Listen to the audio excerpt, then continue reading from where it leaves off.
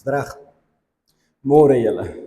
En is regtig lekker om met mekaar te wees. Die eerste Sondag in Februarie, die 1 Februarie. Ons is daar. Die jaar het nou amptelik begin. As jy gewonder het wanneer begin die jaar? Dis vandag.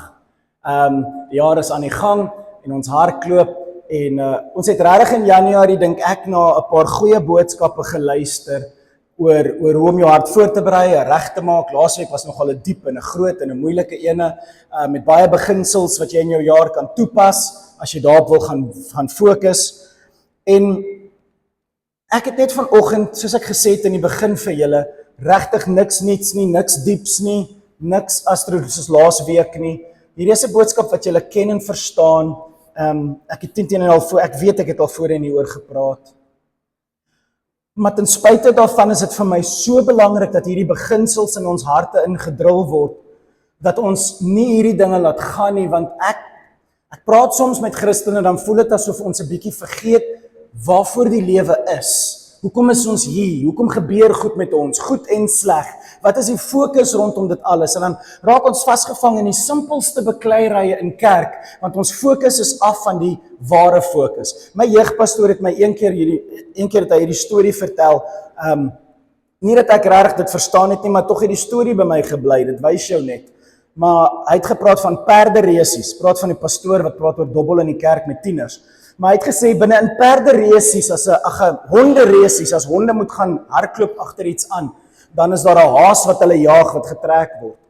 En hy sê, voor die resies begin, is al die honde saam in een pen, en dan moet jy nou kyk van wat se hond hou jy, en dan ryk al die honde aan mekaar, en byt aan mekaar, en die eienaars moet almal daar wees, en die honde uit mekaar uithou. Maar as die honde in die hok gesit word, en hy skoot gaan af, en die hekke gaan oop, dan loop die honde nie uit die hek uit, en begin weer mekaar ryk en byt nie. Hulle jaag die haas. Hulle hardloop tot die einde toe en was nie bekommerd oor wat om hulle aangaan nie, want hulle het iets wat hulle jaag. Daar's iets wat voor hulle is wat hulle wil bekom, kry, soos Paulus sê, ek jaag my na daai wenpaal toe. En ek voel soms in Christendom kan ons so distracted, so ons aandag afleibaar wees oor al die dinge rondom kerk of ons godsdiens wat ons aandag aftrek van die fokus, daai eerste liefde. Byvoorbeeld op RSG hierdie week is die gereformeerde kerk in Groot Hoa. Die gereformeerde kerk gaan nou in 2 skeer. Hoekom gaan die gereformeerde kerk in 2 skeer? Want 300 vrouens het besluit, hulle wil ook dominees wees. En nou moet julle nou dit regstel, anders skeer ons van julle af. En dan bespreek mense hierdie dinge, dan dink ek, dis nie die punt nie. Ek weet Jesus het gekom om vryheid aan dames te gee. Jesus was die heel eerste rabbi wat vrouens gehad het as disippels. Jesus is die heel eerste een wat gekom het om gesê het, God is nie net vir die Jode nie, hy is ook vir die Grieke. Is die heel eerste godsdienst wat gekom het om gesê het, sondaars kan by die allerheiligste instap sonder om bekommerd te wees om dood neer te val. Die dinge wat God kom doen het is wonderlik en het ons vrygemaak en het ons gemaak dat ons die samelewings kan bou wat ons vandag sien. Christendom maak dat jy in 'n tuin instap en 'n stad bou. Want die Bybel begin in 'n tuin en eindig in 'n stad, Jerusalem, nê. Mooi groot stad vol goud. Ja, God wil hê jy moet gaan myn en goud uithaal, want die stad is met goud gebou. My punt wat ek maak is, ons kan so vasgevang raak in al hierdie dinge dat ons vergeet, dat ons na onsself begin kyk, en verskoon my, maar ek gebruik die gereformeerde kerk nou as 'n voorbeeld, dat ons dink dit gaan so baie oor wat se geslag ek is, hoe ek lyk, en wat se posisie ek kan beklee in die kerk, en wat van my, en moet my nie miskyk nie. En wanneer ons begin op onsself fokus, en dit wat ek wil hê in die kerk, of ek wil hê in my huisgesin, of ek wil hê in my werksplek, of die geld wat ek dink ek verdien, dan weet jy jy's op 'n slegte plek. Wanneer al jou gebed draai rondom jou behoeftes in jou lewe en jy wat nie raak gesien word nie, dan weet jy jy's in 'n slegte plek. En dis veral moeilik wanneer daar baie siekte of baie teenstand of baie moeilikheid in jou lewe is, dan is dit veral moeilik. Want al jou gebede draai rondom jou behoeftes en wat jy wil hê. Ek kan my net indink hoe moeilik moet wees as jy 'n vrou is wat wil preek agter die kansel. Ek meen, ek het amper my vrou kom wegjaag na die afkondiging, want net nou hou julle meer van haar stem.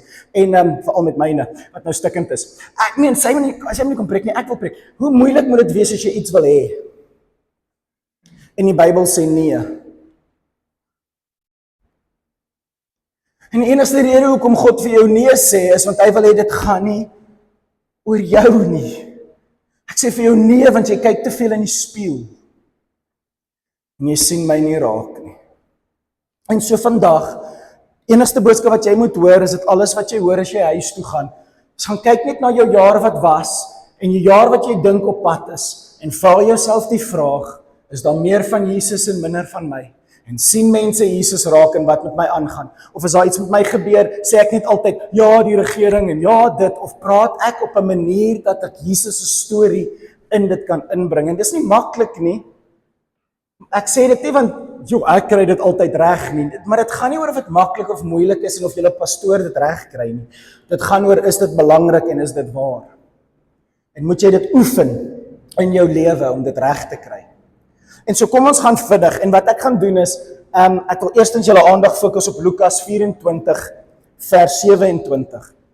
En Jesus is op die einde van sy storie, hy het opgestaan uit die dood, en hy stap met 2 mans, wat hartseer is omdat Jesus dood is. En hulle gaan terug na hulle ou werke toe, hulle was disippels, nie die 12 nie, hulle was een van die groter groep disippels, en hulle gaan nou ophou om Christen te wees. Hulle gaan ophou om hierdie Jesus narratief te preek, want Jesus is weg. Hulle kan hom nie meer raak sien nie. En so hulle gaan terug werk toe, en hulle is op die pad, en hulle is baie hartseer en baie mismoedig, want Jesus is dood. En Jesus verskyn tussen hulle, en hulle herken hom nie. Hulle herken hom nie. En hy praat met hulle, en hy sê, wat gaan aan? Hoekom is die situasie? Waar was jy, Jesus? Het jy nie gesien wat gebeur in hierdie wêreld van ons nie? In Suid-Afrika? Jesus, waar was jy? En Jesus is soos, wat het gebeur? Het hulle dit gedoen? Dis interessant. En Jesus luister na hulle stories. En eventueel, lang storie kort, ek tel op in vers 27. Na al hierdie dinge wat bespreek was, het Jesus begin om vanaf Moses en al die profete, al die skrifgedeeltes wat oor Jesus handel, vir hulle te interpreteer. Nou, ek het gister 'n bietjie geld spandeer om 'n rugby game te kyk. Hoeveel geld sou jy spandeer om in daai tafel te gesit het? Om saam met daai manne aandete te geniet het? Waar Jesus die Bybel oopmaak en hy is jou pastoor. Hy preek vir jou uit die Bybel uit en hy lig die Bybelversies uit wat oor hom gaan. As daar's nie geld op aarde wat kan betaal vir daai kaartjie nie, ek sal my huis gee vir dit. Dit moes asemrowend gewees het om Jesus te hoor. En hulle het nie baie stadium geweet dis Jesus nie, maar toe hy loop, toe gaan hulle oë oop. Wat 'n blydskap soos hulle terughardloop na Petrus toe en vir Petrus alles vertel wat Jesus sopas vir hulle vertel het. Ja, julle moet ook na julle pastoor toe kom en vir julle pastoor vertel wat het Jesus vir julle gesê. Want dan kan julle pastoor dit gebruik in sy preke. Soos Petrus 10:1 in sy preke gebruik het, wat op die Emmaus-pad vir hulle vertel is. Kom deel julle stories met my en kom ons verryk mekaar. En dis vir my mooi. Hoekom is dit mooi? Want Jesus weet, ons gaan God se woord lees, ons gaan leef en ons gaan hom mis. Ons gaan hom nie raak sien nie. Wie is Jesus vir jou? En ons gaan hom nie raak sien nie. En dit mag nie wees nie. So, Jesus het alles van Moses af deur die profete verder verduidelik. En so, ek wil die res doen. Nou, julle almal het hierdie al gehoor, maar ek gaan begin by Adam en dan sal ons stop by Moses. Nou, kan ons die eerste helfte doen. OK, maklik genoeg, julle ken hierdie. Adam. Jy kyk na die lewe van Adam. Jy kyk na wie Adam is in die Adam storie. En weet julle waar beklei ons? Hoe oud is die aarde? Weet julle waar beklei ons? Verskil tussen geslagte, wie se beheer, die man of die vrou? Weet julle waar beklei ons? Die slang en die rol van die duiwel in goed en sleg. En die punt van die Adam storie is Jesus. Deur al ons bekleierery as ons kyk na die eerste storie in die Bybel, sien jy raak dat Jesus uit daai storie uit wil skyn. My titel vir die reeks is Jesus in die skaduwee. Maar jy kan nie Jesus in die skaduwee sit nie, hy is lig. Adam is die skaduwee. Adam se storie is veronderstel om die skaduwee storie te wees. As jy Jesus nie raak sien nie, maak jy Adam storie nie sin nie en gaan jy oor dom goed begin beklei. Maar as Jesus die lig in Adam se storie is en Adam begin die skaduwee raak, dan wat maak dit nou saak wat mense oor wil beklei oor Adam? Ek sien Jesus raak. Jesus is nie in die skaduwee nie, Adam is in die skaduwee. Hoekom dink ek nou aan nobody puts baby in the corner? Hoekom is dit in my kop? Ek weet nie, vir julle wat die reference verstaan, vergewe my man, want dis nie 'n goeie ding om nou aan te dink nie. But nobody puts baby in the corner.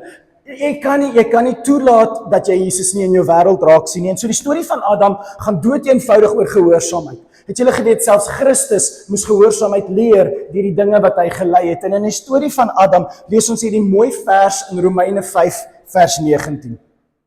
Omdat een persoon aan God ongehoorsaam was, het baie mense sondaars geword. Hierdie is jou taal. Net so sal baie deur die gehoorsaamheid van hierdie een ander mens, Jesus, alle mense tot regverdigheid kan verklaar. So wanneer dit kom oor gehoorsaamheid, stel ek nie regtig belang oor jou en jou sonde nie. Ek stel nie belang in jou sad storie nie, ek is nie 'n katolieke priester nie, ek het nie 'n hokkie en jy kom vertel vir my al jou nonsens nie. As die Bybel sê, bely ons sondes teenoor mekaar, kom doen jy dit vir my, want nommer 1, jy sien Jesus raak, en jy sien raak dat omdat sy bloed vir jou gesterf het, kan jou sondes afgewas word. Niks met my te doen nie. Nie my raak sien nie, sien hom raak. Adam se storie gaan oor een ding. Die sonde is afgewas deur wat Jesus gedoen het. So as mense jou aanvat oor jou sonde, moet jy gaan kyk na wat jou reaksie is. En jou reaksie is Jesus. Daar was 'n tuin en ons het geval, en daar was 'n tuin en Jesus het oorwin. Is dit nie lekker in die tuin van Getsemane, tuin van Eden, tuin van Getsemane. Tuin van Eden, tuin van Getsemane. En Jesus sê die woorde wat Adam en Eva nie kon sê nie. Here, laat u wil geskied. Nie wat ek wil nie, wat u wil. Dis die woorde. Die volgende storie is die storie van Noag in die Bybel. Nou wat sien ons raak in Noag? Dood eenvoudig Jesus. Ek weet hierdie is kinderkerk goed. Dis redding. Dit is so mooi wanneer jy die Noag storie raak lees en jy sê dit het niks te doen met al hierdie dinge. Dit is letterlik 'n storie waarin ons Jesus moet raak sien. Dis al. Ek vertel ek vir jou Bybelstories? Nie omdat ek julle wil Bybelstories vertel nie. Noag is 'n man, jy's 'n man. Sien jy Jesus raak in Noag se storie? Meeste van julle sê ja. Nou, kan ek Jesus in jou storie raak sien? As ek jou storie moet lees, sien ek, julle kan Jesus in Noag se storie raak sien. Kan jou vrou Jesus se storie in jou lewe raak sien? Dit is die vraag wat jy moet bly. Hier is nie 'n Sondagskoolles nie. Hier is 'n vraag. As God in hulle stories is, moet hy in joune wees. Hoor hierdie mooi vers in Johannes, dit is so mooi. Hoor wat sê Jesus in Johannes 10 vers 9. Ek is die deur. Ek wonder waarna verwys Jesus. As iemand deur my ingaan, sal hy beslis gered word. Hy sal ingaan en uitgaan en groen weiding kry. Soos wat se storie klink dit. Want daar was 'n ark. En Noag is soos, hoe gaan ons hom toemaak? Hy sê, ek is in beheer van die deur. Ek sal die deur op die regte tyd toemaak. En wie in is sal gered word. En ek sal die deur oopmaak. Noag het nie die deur, Noag was nie handvatsel op die ark nie. En op die regte tyd toe maak God die deur oop. En toe die deur oop gaan, toe stap hulle op groen weivelde uit. Dat die duifie wat met die groen takkie terugkom. Jesus is besig om te verwys na die ark toe en hy sê, verstaan jy, as jy die ark storie lees, dis ek. Breed is die pad, nou is die pad. Almal dink dit gaan oor jou sonde. Dit gaan nie oor jou sonde nie.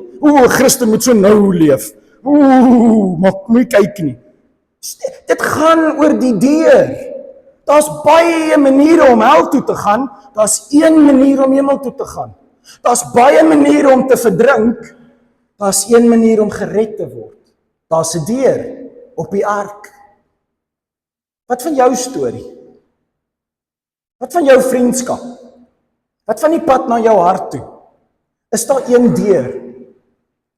Is nie baie jong mense hier nie, ek vra vir jong mense, vir wie gee jy jou hart? Is dit iemand wat daai deur verstaan? Maak jy net jou hart oop vir enige iemand wat mooi smile vir jou? Wat gebeur wanneer jy daar buite in die sakewêreld vriendskappe kweek met mense? Verstaan jy daar's een deur en dat mense moet verstaan om by jou toegang te kry? Moet hulle weet wat jou hart maak klop is Jesus.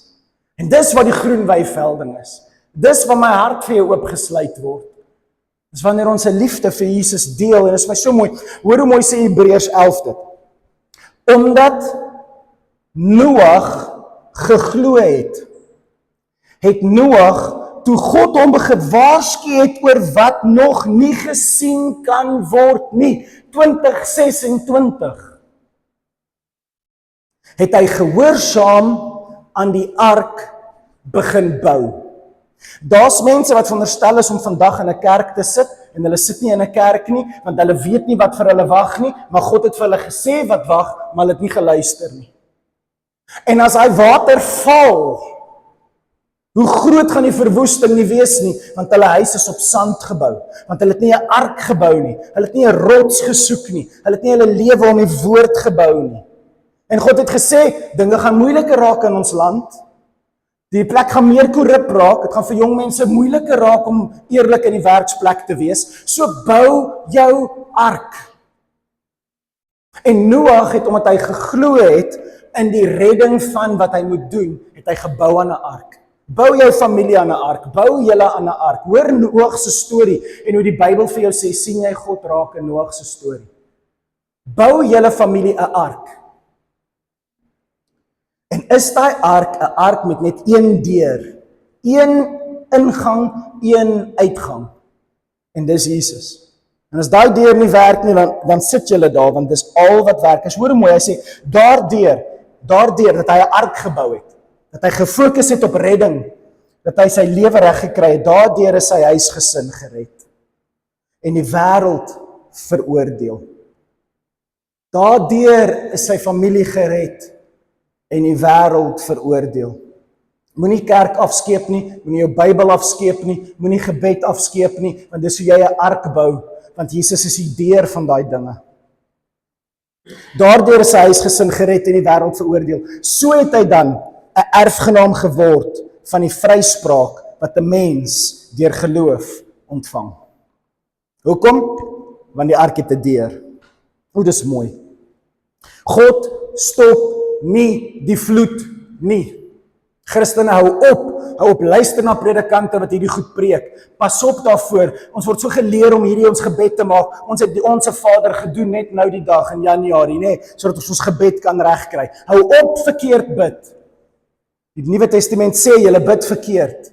Hou op verkeerd bid, hou op luister vir mense wat wil hê jy moet opgewonde raak, dat jy jou hart vir hulle oopmaak. Hou op verkeerd bid. Die Here stop nie die vloed nie. Hy gee vir die geleentheid om 'n ark te bou. Hou op vra dat hy die vloed stop. As jy bid vir die regering en al hierdie goeters, pas op wat jy bid. Want as hierdie vloed stop, sal daar oor 'n rukkie nog een gebeur. Onthou julle laasweek se preek. Daar gaan weer oorlog wees. Maak jou reg, daar gaan weer 'n oorlog wees. So die vraag is nie of jy hierdie oorlog kan kry om te stop nie. Die vraag is kan jy in hierdie oorlog 'n ark bou? Dis wat maak ons dapper, Here, maak ons sterk, Here. Die vyand is om ons, Here. Gee vir ons net krag om 'n ark te bou, dat ons kan ingaan deur Jesus en gered kan word. Hy stop nie die vloed nie, hy red ons deur die ark. Hy red ons nie deur om die vloede te stop nie, hy red ons deur om 'n ark te bou. En dit moet vir jou sin maak. Gaan fokus 'n bietjie daarop. Wat leer ons uit Abraham se storie? Abraham se storie is die seun van die Here. Sy asemrowende seën, sy goedheid en guns wat ons volg al die dae van ons lewens. Hoor hoe mooi sê Romeine dit, Romeine 8. As God nie sy eie seun gespaar het nie, maar hom ter wille van ons almal oorgegee het, sal hy nie saam met Jesus, saam met sy seun, ook alle ander dinge aan ons skenk nie? Dis wat Abraham gedink het. En Abraham was 'n vieslike man. Hy was 'n horribale mens. En niemand van julle wil getroud gewees het met Abraham nie. Glo my dames, julle wou nie met Abraham as 'n man gehad het nie. En ten spyte daarvan het Abraham iets verstaan oor hierdie versie. Hy was die skaduwee. God het vir Abraham gesê en Abraham het hierdie een ding geglo. Deur jou sal alle nasies geseën wees. En toe sê God, offer jou seun. En hy sê, oké, ek sal. Want alle nasies gaan deur my geseën wees. En so ek sal gehoorsaam wees.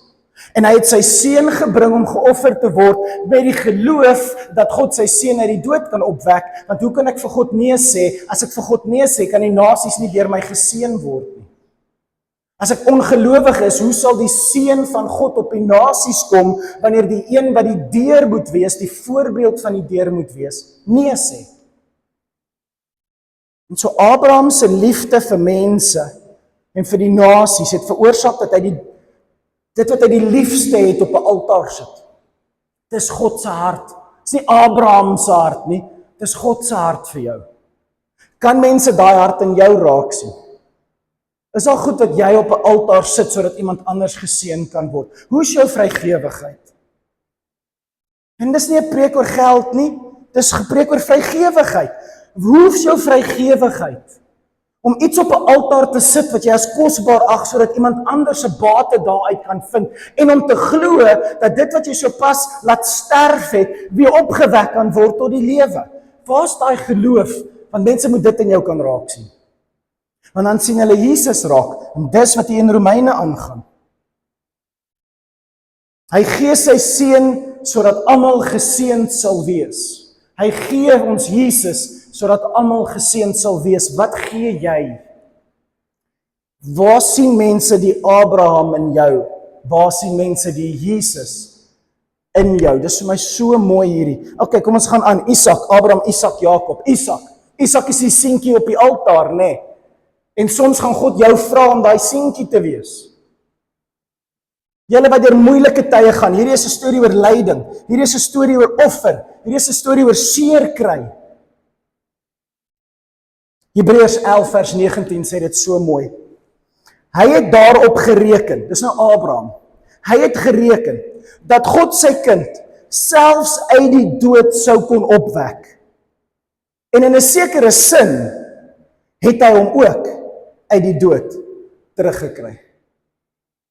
Nou ek het hierdie punt klaar gemaak by my Abraham punt, maar dit is so mooi om te verstaan as jy Isak is.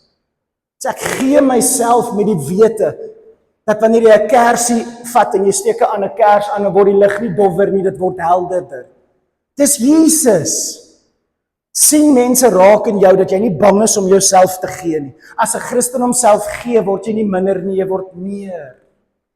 Tyd met iemand wat Jesus nodig het, is nie tyd gemors nie. Tyd om weer geld te maak, is dalk 'n mors, dalk wat God wil hê. Maar tyd met iemand wat Jesus soek, is nooit tyd mors nie. En so wees Isak, wees iemand wat offer en glo, wat jy gegee het sal uit die dood opgewek word. Die dood is oorwin. Dis die storie. Jakob, die derde enetjie van die 3. Ou Jakobie, hy is my gunsteling, want hy is so rubbish. Ou Jakobie, probeer so hard. En sy hele storie gaan oor die transformasie. Die verandering wat mense in jou lewe raak sien is Jesus. Maar ons vertel nie genoeg vir mense van die verandering wat in ons plaasvind nie. Het jy ooit, ek weet nie wat so 'n voorbeeld om te gebruik nie, ek is te bang om hierdie een te gebruik, maar het jy ooit tyd spandeer met iemand wat probeer gewig verloor, en jy komplimenteer hulle nie daaroor nie, en dan sien iemand hulle wat hulle lanklaas gesien het, en sê hulle, jy het 'n bietjie gewig verloor. Sê ek, ja, sê bietjie vir my vrou, sy sien dit nie raak nie. Wanneer jy lank met iemand 'n pad stap, en hulle sien nie raak die transformasie wat in jou lewe aangaan nie. Jou kinders, is 'n goeie voorbeeld. Jou kinders word voor jou groot, en dan kom 'n tannie wat jy 'n jaar laat, hulle het so groot geword. Is julle met my? Die gevaar is, die mense om jou sien nie die transformasie raak nie. Jy sien nie die transformasie raak nie. Dan kan jy Jesus nie raak sien nie, want hy is die een wat die transformasie veroorsaak.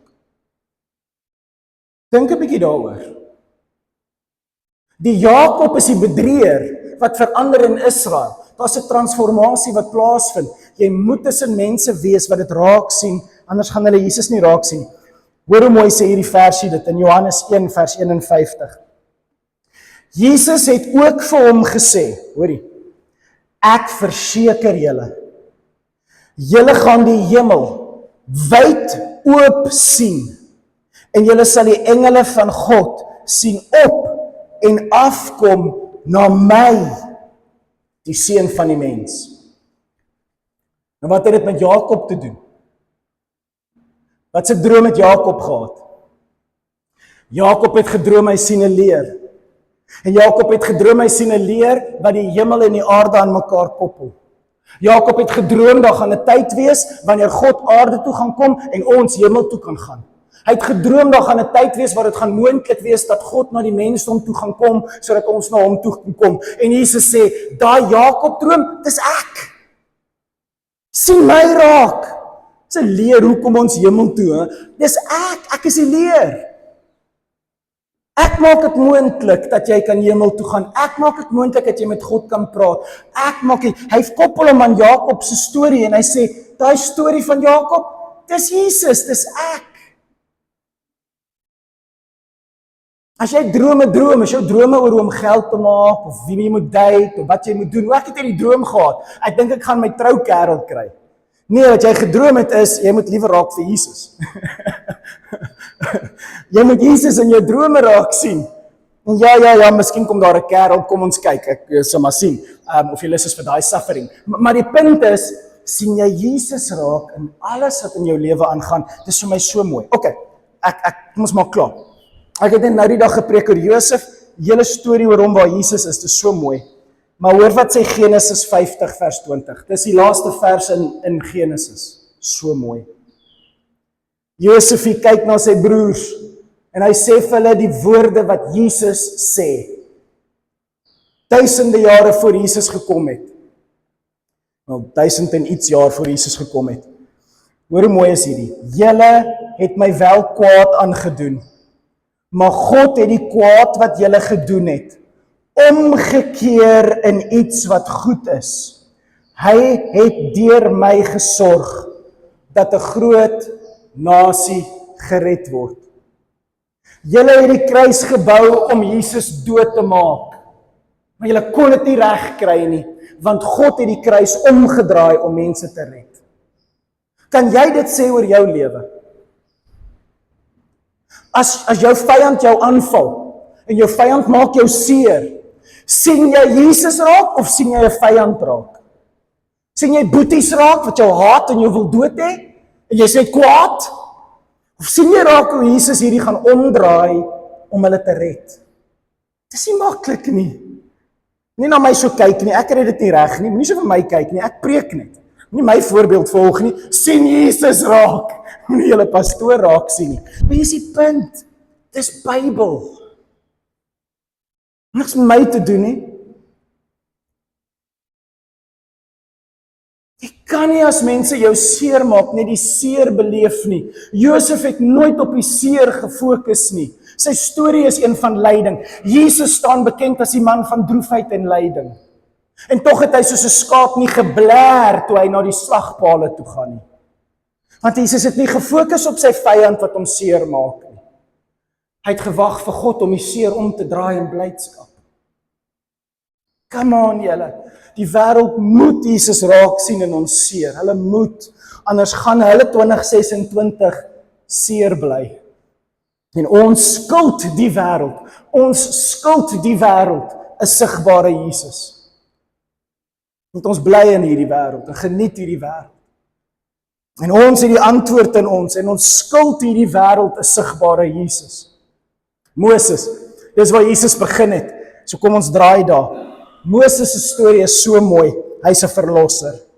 Hoor hoe mooi sê Hebreërs 3 vers 3 dit. Jesus verdien baie groter erkenning as Moses. Net soos die persoon wat 'n huis bou, baie meer lof moet kry as die huis self. Jy het in 'n mooi huis ingestap. Die plek is baie mooi. Ja, baie dankie, baie dankie. Jy sê nie die huis is mooi nie, jy sê die persoon wat dit gedekoreer het, die persoon wat dit versier het is mooi. Ek hou van jou TV. Ja, dankie, ek werk baie hard. Dankie. Ja, werk, ja. Vir wie sê jy dankie as jy iets mooi sien? Sê jy, so 'n mooi skildery. Dis my vrou. So jy kan sê die skildery is mooi, maar wat jy eintlik probeer sê is die kunstenaar is amazing. Sy is nie eens hier nie en ek noem haar nog steeds amazing. Ek is 'n great man. So sy's amazing. Wat hy probeer sê is, ons kyk so na Moses en sy wette, en dan beklei ons met mekaar, en meeste van ons skryf daai wette af. Hoe simpel is ons? Die bouer van daai wette is Jesus. So moet jy in die wette instap, en hierdie gebou vol wette sien, en soos, hierdie gebou. Kyk na die bouer. Kyk na die bouer wat hierdie wette vir ons saamgestel het, en kyk hoe mooi is die bouer van die wette. Dis hoekom Paulus sê, haal jou oë van die wette af, nie omdat die gebou verkeerd is nie, dis 'n asemrowende gebou, maar jy kyk na die gebou en mis die bouer. Moses is die skaduwee, Jesus is die lig. En in jou lewe, wat van jou moraliteit? Wat van jou nice Christenskap? Ek hoor hoe praat julle met mekaar as julle instap. Geseënd broer, geseënd deur die Here se genade. Alle voorspoed, die Here is met my. Halleluja, amen. En dan klim julle in die kar en dan soos magtig vrou, daai pastoor het lank aangehou. So luister mooi. Jou moraliteit is iets waarin mense Jesus moet raak sien. Anders sien hulle net jou gebou raak. En die wêreld is moeg vir die kerkgebou. Die wêreld is moeg vir 'n Christen se moraliteit. Inteendeel, die wêreld soek nie jou moraliteit nie. As jy vir hulle sê, hou op vloek, hou op rook, hou op drink, sê hulle vir jou, bleh. Want hulle hou nie van jou gebou nie. En hulle moet ook nie van jou gebou hou nie. Want jou moraliteit stink, hulle weet dit, jy weet dit dalk net nie. Maar as jy vir hulle die bouer wys, ander storie. As jy vir hulle wys, hoekom jy nie vloek nie. Hoekom jy hierdie tong wil hou vir eer, en nie vir onteer nie. As jy vir hulle kan verduidelik hoekom hy werd is om jou tong te beheer. Het het niks te doen met ek is 'n beter mens as jy, want ek vloek nie op die ref op 'n Saterdag nie. Het het niks daarmee te doen. My dogter sit onder en agter hulle sit 'n man wat die heeltyd bly vloek in hulle ore. En ek vind dit eers na die tyd agter, anders sou ek sou mooi met hom gepraat het. En my punt is, hulle stel nie belang in, maar as jy vir hom sê, luister jy, daai tong is vir Jesus. En of hulle dit aanvaar of nie is hulle storie, maar maak die fokus Jesus. Okay, maak klaar. Ek wil eindig by Joshua, want hy is die heel eerste rigter, en sy naam is Jesus. Joshua se naam is Jesus, is dieselfde naam. Joshua. Ek wil eindig met die naam Jesus. Jou naam moet soos Jesus in klink. Jy dra sy naam op jou lewe. Jou naam is Joshua. Jy lekker Willem, jy happy. Ek eindig met Joshua. Willem het so 'n mooi storie oor hoekom sy kleinkind Joshua genoem word. Luister baie mooi. Joshua is Jesus. En as jy na Joshua se storie kyk en jy sien raak wat hy gedoen het en hoe hy die mense gevat het en in die beloofde land van rus ingelei het, dan verstaan jy wie Jesus is vir jou. Moenie vergeet wie Jesus is vir jou nie. Hy's Joshua. Hoor Hebreërs 4 vers 8 tot 10 en ek maak klaar met hierdie vers. Wel, ek het nog een vers hierna. Okay, dan is ek klaar. Hoor mooi Hebreërs 4. Hierdie nuwe rusplek. Jy moet vir mense vertel, daar's meer as hierdie aarde. Daar's meer as hierdie soeg en sweet. Daar's 'n rusplek.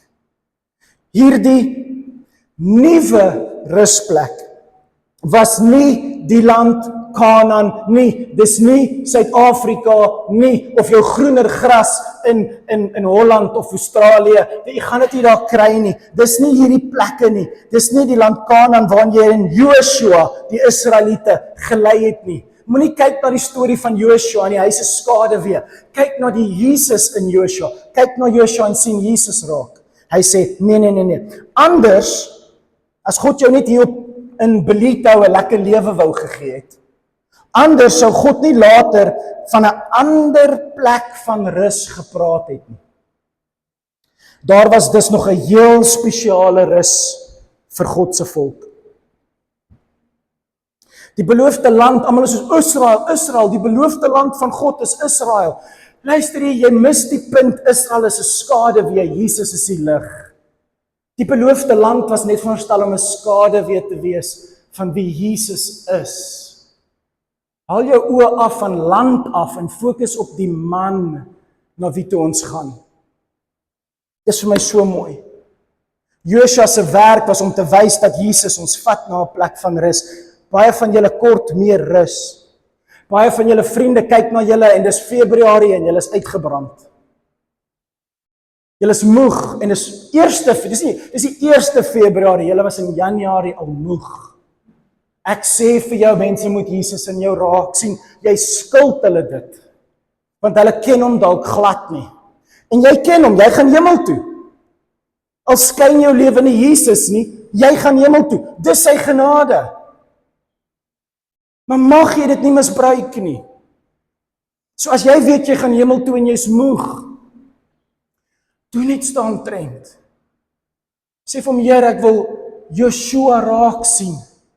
Ek soek 'n land van rus. Ek wil weet dat ek hemel toe gaan en dat hierdie my nie moet afbreek nie.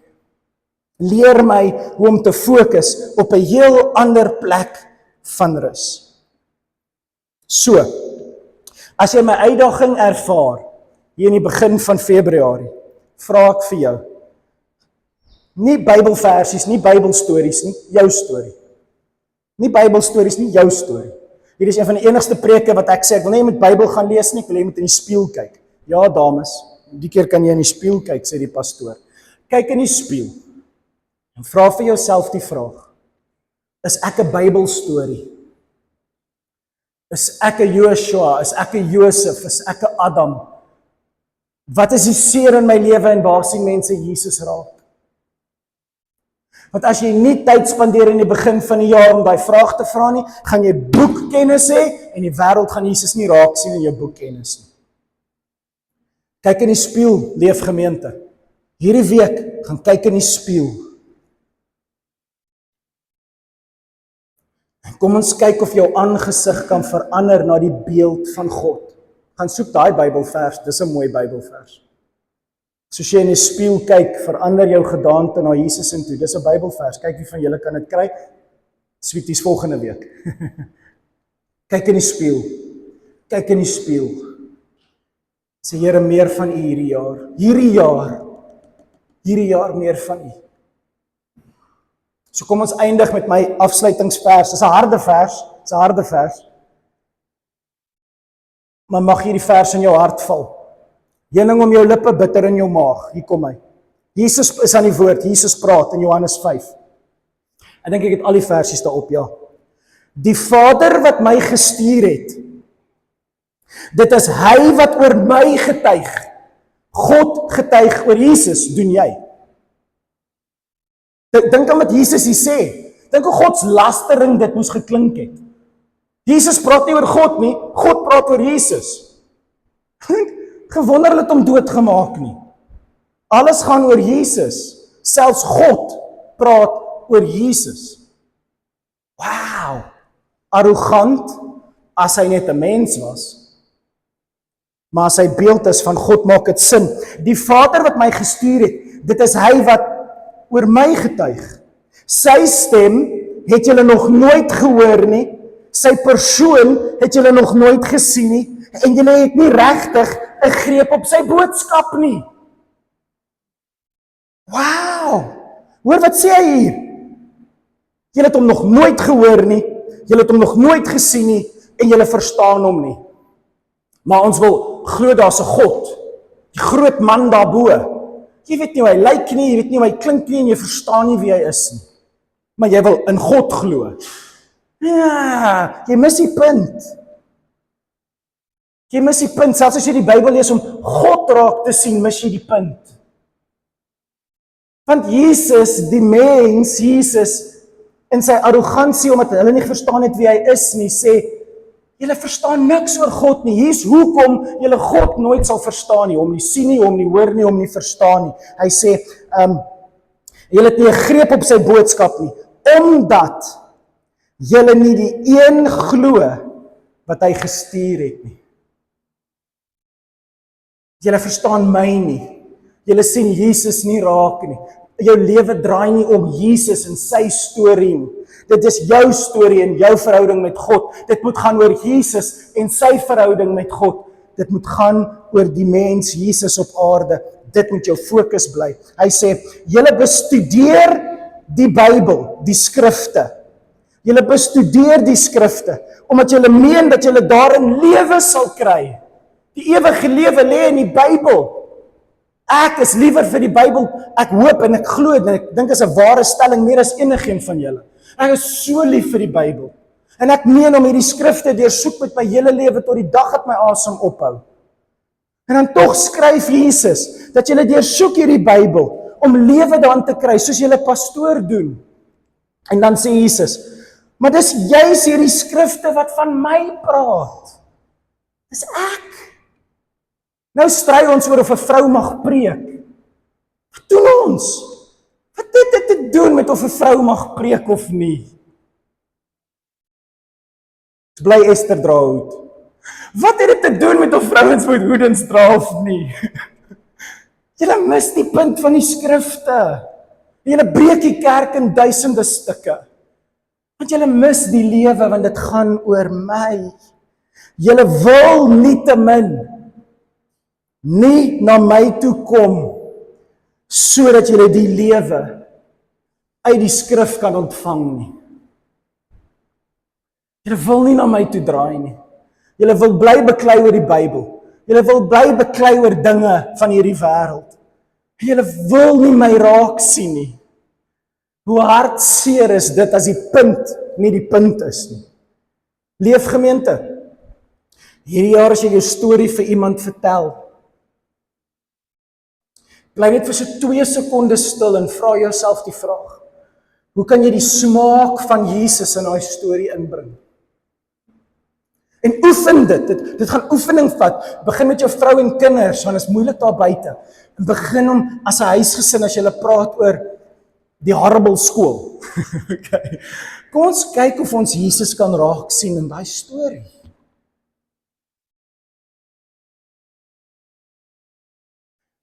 Anders gaan ons nie die lewe ontvang nie.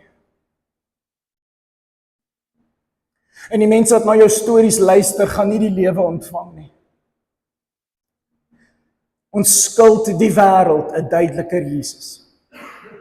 Kom ons bid saam. Hemelse Vader, dankie vir Februarie. Dankie vir 'n maand wat die wêreld geannekseer het vir liefde. Alhoewel dit kom uit 'n pastoortjie uit wat geweet het dat liefde kom van God af. Het die wêreld dit heeltemal verdraai. Maar Here, in hierdie maand wil ons vra dat ons lewens meer soos liefde sal lyk, dat ons die liefde van Christus sal demonstreer in ons lewens. In Februarie maand, Here, begeer ons om nie net te fokus op ons verhoudings en ons huwelike, daai goed, Here, ons wil hê God moet gesien word. Jesus Christus, ons Here, moet gesien word in ons huwelike. In ons verhoudings moet mense U raak sien. Asseblief, Gees van God, naprediker, leidsman, die een wat die Bybel vir ons oopsluit, help ons om hierop te fokus. Met al ons stories, sodat ons soos hierdie mense in hierdie Bybel, dat ons storie ook 'n skaduwee sal wees, maar dat Jesus die lig sal wees. Ons prys U daarvoor. Dis 'n voorreg, Here. Dis 'n voorreg as ons daarvan kan getuig. Ons sê vir U dankie daarvan. In Jesus naam. Amen. En amen. Daar's die uitdaging vir die maand Februarie. Ek so lief vir julle. Geniet hierdie wonderlike hittegolf wat ons het en ek sien julle volgende week. Die Here seën julle. Totsiens.